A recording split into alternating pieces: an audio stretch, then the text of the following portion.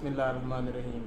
मेरा नाम है doctor Amjad Hussain, student of college of agriculture, university of Sargodha, department of animal sciences. और मैं आज मौजूद हूँ हसन फीड लिमिटेड सरगोदा में, और मैं उनकी लैब में इस वक्त मौजूद हूँ।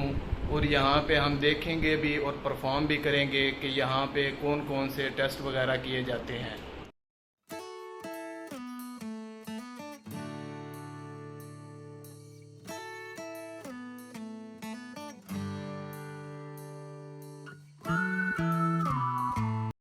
तो यहाँ पे हम मौजूद हैं इनकी लैब के अंदर। तो देखते हैं कि यहाँ पे जो सैंपल आता है उसका ये कौन कौन से टेस्ट लगाते हैं, प्रोग्रामेट में क्या क्या चीज़ें एनालाइज करते हैं। तो सबसे पहले जो सैंपल आता है उसका जो है ये मॉइस्चर करते हैं। हमारे हाथ में एक ग्लूटन का सैंपल है। तो देखते हैं कि सबसे पहले मॉइस्चर में उनके पास कौन कौन से इंस्ट्रूमेंट्स हैं। ये हमारे पास एक डिजिटल एनालाइज़र है, मॉइस्चर एनालाइज़र। इसके अलावा एक मैनुअल तरीका है जिसके अंदर हम ओवन को इस्तेमाल करते हैं, जो कि हमारे एजुकेशनल लैब के अंदर इस्तेमाल होता है। तो फीड मिल जो होती हैं उनके अंदर अक्सर जो होते हैं वो डिजिटल मॉइस्चर एनालाइज़र यूज़ होते हैं, क्योंकि इसमें हमारे पास गाड़ियाँ ज़्यादा होती हैं, सैंपल ज़्यादा होते हैं। तो टेस्ट जो होता है वो मॉइस्चर दूसरा लैब के अंदर जो होता है, यानी कि जो मैनुअल होता है उसमें टाइम कंज्यूमिंग होता है, ओवरनाइट हमें रखना पड़ता है। तो इस वजह से टाइम बचाने के लिए हम जो है डिजिटल मॉइस्चर एनालाइज़र यूज़ करते हैं। तो आइए हम आपको दिखाते हैं कि इसको किस तरह इस्तेमाल करते हैं, मॉइस्चर को किस तरह इसमें चेक करते हैं। सबसे पहले इसको ऑन कर लेंगे। ये आपके सामने ऑन हो गया।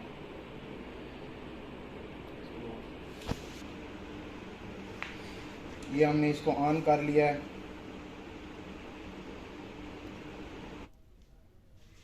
ये इसके अंदर एलुमिनियम प्लेट हम इसको कहते हैं। तो ये जो है ना इसके अंदर हम सैंपल को प्लेस करते हैं। तो सबसे पहले सैंपल प्लेस करने से पहले आप इसको टेयर करेंगे। जब यहाँ पे इंडिकेटर शो हो जाएगा तो फिर आप मैक्सिमम जो इसके अंदर है ग्राम्स में आप सैंपल ले सकते हैं। इसके ऊपर मेंशन किया हुआ है कि आप जो है मैक्सिमम 60 ग्राम तक इसके अंदर सैंपल ले सकते हैं। तो हम सैंपल लेते हैं इसके अंदर और देखते हैं।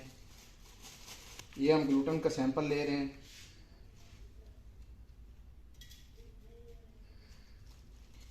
इसको अच्छी तरह से प्लेस कर दें।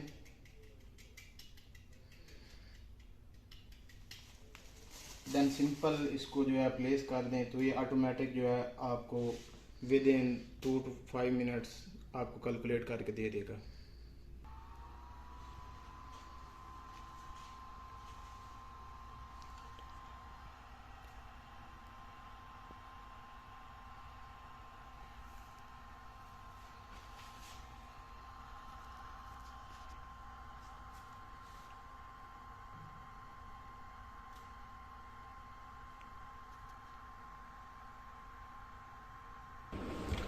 तो ये जी आप देख सकते हैं कि मॉइस्चर जो है हमारा तकरीबन 3.2% आया है, और विद इन 1.3 यानी कि 1.5 मिनट के अंदर इसने हमको मॉइस्चर डिटेक्ट करके बता दिया है कि ग्लूटन के अंदर कितना मॉइस्चर है। तो ये बहुत इजी मेथड है और बहुत क्विक मेथड है। और आप इसका ये सैंपल भी देख सकते हैं कि बिल्कुल ड्राई हो गया, मॉइस्चरलेस हो गया है।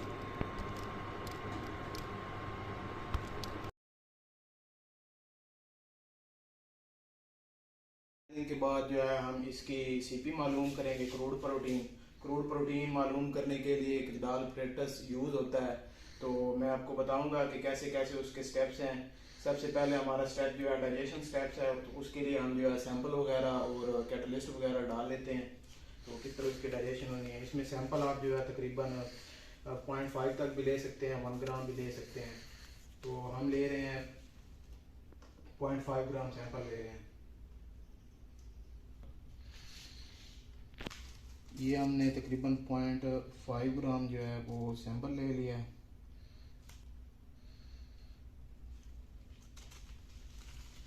जो है 0.5 ग्राम सैंपल है। अब हम इसके अंदर जो है वो डाइजेशन मिक्सचर जो है वो भी ले लेते हैं इसी के साथ। वो हम लेते हैं 5 ग्राम। तो डाइजेशन मिक्सचर जो है ये बेसिकली दो इंग्रेडिएंट के साथ भी बना होता है, लेकिन हमारे पास जो मौजूद है ये 3 इंग्रेडिएंट के साथ मिलकर बना हुआ है, जिसके अंदर आपके पास कॉपर सल्फेट है, पोटाशियम सल्फेट है और आयरन सल्फेट है। तो ये हमारे पास 3 प्रोडक्ट पड़े हैं जो कि डाइजेशन मिक्सचर में यूज होते हैं।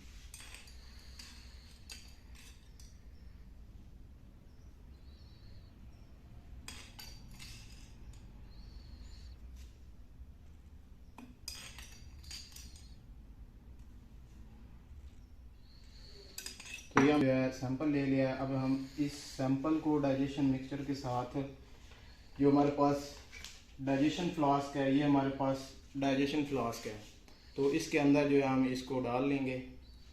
हमने सैंपल और डाइजेशन मिक्सचर इसके अंदर ले लिया है। अब इसके बाद इसके अंदर जो है हम H2SO4 जो है वो 10 ml H2SO4 का एडिशन कर देंगे। अंदर जो है ना वो हम सल्फ्यूरिक एसिड का एडिशन करेंगे।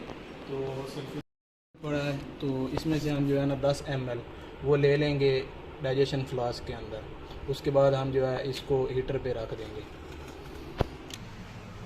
तो अब ये हमने जो है इसके अंदर एसिड डाल दिया H2SO4 और इसको डाइजेशन के लिए रख दिया। ये तकरीबन 45 से 50 मिनट 1 घंटा मैक्सिमम जो है उसके अंदर हमारा सैंपल जो है डाइजेस्ट हो जाएगा। तो तब तक हम वेट करते हैं। डाइजेशन जो है वो हमारी आलमोस्ट कंप्लीट हो गई है और ठंडा भी हो गया। तकरीबन 1 घंटे के बाद जो है ना हम इसको उठा रहे हैं और इसको अब जो है डाइल्यूट करेंगे। तो इसको हम जो है 100 ml वॉल्यूम जो है वो बनाएंगे इसका डाइल्यूट करके। उसकी वजह ये है कि हमारे पास सैंपल जो था वो 0.5 ग्राम था।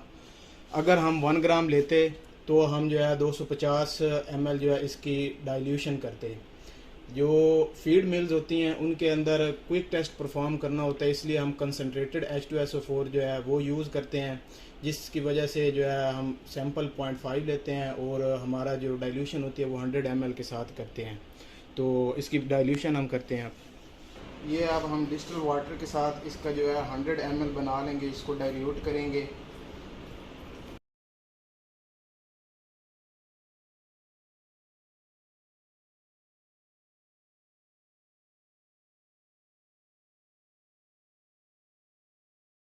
ये है क्योंकि जो हमारा अंदर एसिड है उसके अंदर हम वाटर डाल रहे हैं, तो उससे क्या हो सकता है हीट जनरेट हो के आपकी जो फ्लास्क है वो ब्रस्ट भी हो सकती है। तो बड़ी केयरफुली ड्रॉप बाय ड्रॉप जो है इसकी आप डाइल्यूशन करें और इसको बाहर से थोड़ा ठंडा भी करते रहें।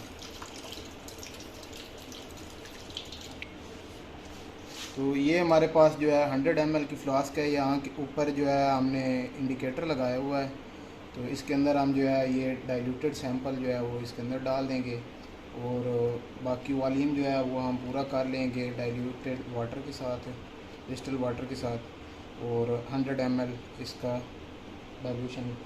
तो ये हमने तकरीबन ऑलमोस्ट हमारा 100 ml जो है वो सैंपल डाइल्यूटेड हो गया।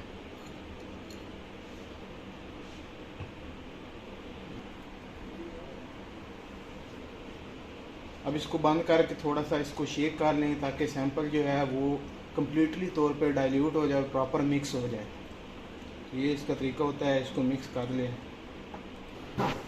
तो हमारा फर्स्ट स्टेप जो डाइजेशन था वो कंप्लीट हो गया। डाइजेशन के बाद हमने डाइल्यूशन की। अब डाइल्यूशन के बाद हमने इसका डिस्टिलेशन करना जो है कि इसका सेकंड स्टेप है। अब डिस्टिलेशन के अंदर हमारे पास जो है वो एक तो सैंपल यूज़ होता है, हमने 10 ml जो है वो डाइल्यूटेड सैंपल लेना है। उसके अलावा जो हमारे पास 40% NaOH है वो हमने 10 ml लेना है और 10% जो है हमने वो बोरिक एसिड लेना है। और इंडिकेटर के तौर पे हम इसके अंदर जो है वो मिथाइल ऐड करेंगे उसके। चलो, तो ये इसका जो है वो डिस्टिलेशन अपरेटस है जदाल का। तो इसके अंदर जो है वो हम सैंपल जो है वो यहाँ से डालते हैं और 40% NaOH जो है वो भी यहाँ से डालते हैं। और जो हमारे पास बोरिक एसिड होता है इंडिकेटर के साथ एडेड होता है वो हम जो है इसके नीचे रखेंगे, तो वो जो अमोनिया होती है उसको ट्रैप कर लेगा। जैसे ही हम उसकी हीट को स्टार्ट करेंगे, हीटर हम ऑन कर देंगे, वाटर बॉयल होगा तो वो अमोनिया को ट्रैप करके बोरिक एसिड के अंदर उसको जो है शामिल कर देगा। तो हमने जो प्रोसेस किया है डिस्टिलेशन का, उसके बाद हमें ये प्रोडक्ट मिला है। अब ये इसके अंदर मिथाइल रेड जो होता है, बेसिकली इसका कलर तो रेड होता है, लेकिन ये हमें इंडिकेट करता है जैसे ही आपके पास येलो कलर हो जाता है 3 से 4 मिनट के बाद, तो आपको इंडिकेशन देता है कि तकरीबन जितनी अमोनिया थी वो उससे ट्रैप हो गई है। तो ये आपको एक इंडिकेशन शो हो गया। इसके बाद हमारा नेक्स्ट स्टेप जो है और लास्ट स्टेप जो है वो है टाइट्रेशन। हम अब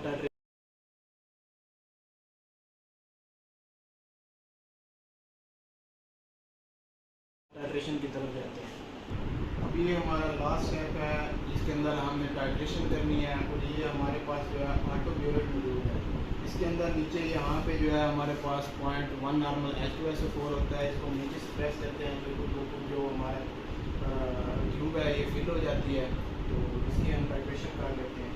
तो ये हमारी टाइट्रेशन जो है तकरीबन ऑलमोस्ट कलर जो है वो चेंज हो चुका है। जैसे ही पिंकिश कलर हो जाएगा तो वो हमने H2SO4 जो यूज़ हुआ है उसकी रीडिंग नोट कर लेंगे।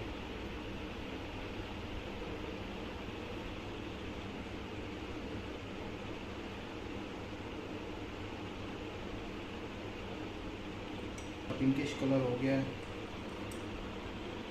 तो यहाँ पे आप ऊपर जो है ना हम इसकी H2SO4 जो हमारा यूज़ हुआ है उसकी हम रीडिंग जो है वो नोट कर लेंगे।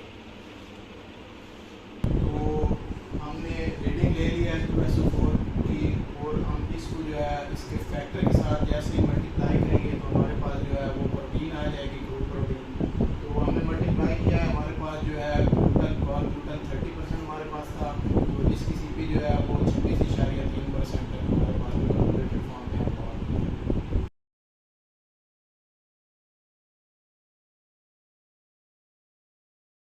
तो ये था हमारा ऑल अबाउट प्रोटीन के बारे में और मॉइस्चर एनालाइजिंग के बारे में। तो मज़ीद जो हमारे अप्रॉक्सीमेट एनालिसिस में 2-3 टेस्ट हैं उनका हम जो है अगले सेशन में देखेंगे।